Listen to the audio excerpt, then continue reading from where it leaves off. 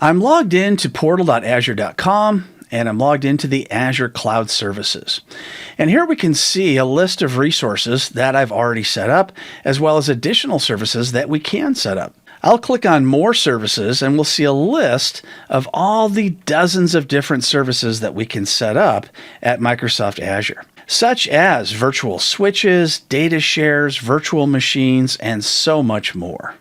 What is Azure? Azure is simply a location where we can set up the same types of things that we've been setting up for decades on premises, but we can do it in the cloud using Microsoft servers instead of our own. If I go to favorites, we can take a look at the things that I've most recently gone into, such as Azure Active Directory. Azure Active Directory is not the same as on-premises Active Directory. It has some similarities, but there are also a lot of differences. Microsoft also has another product which is similar to on-premises Active Directory called Azure Active Directory Domain Services.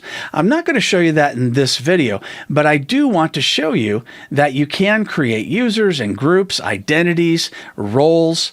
I can go off to the left and click on deleted users, and if I have any deleted users, I can restore them or delete them permanently.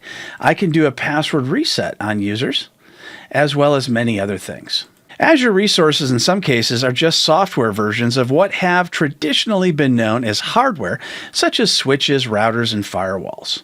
All you need to sign up is a credit card and a lot of imagination on how to serve the needs of your organization.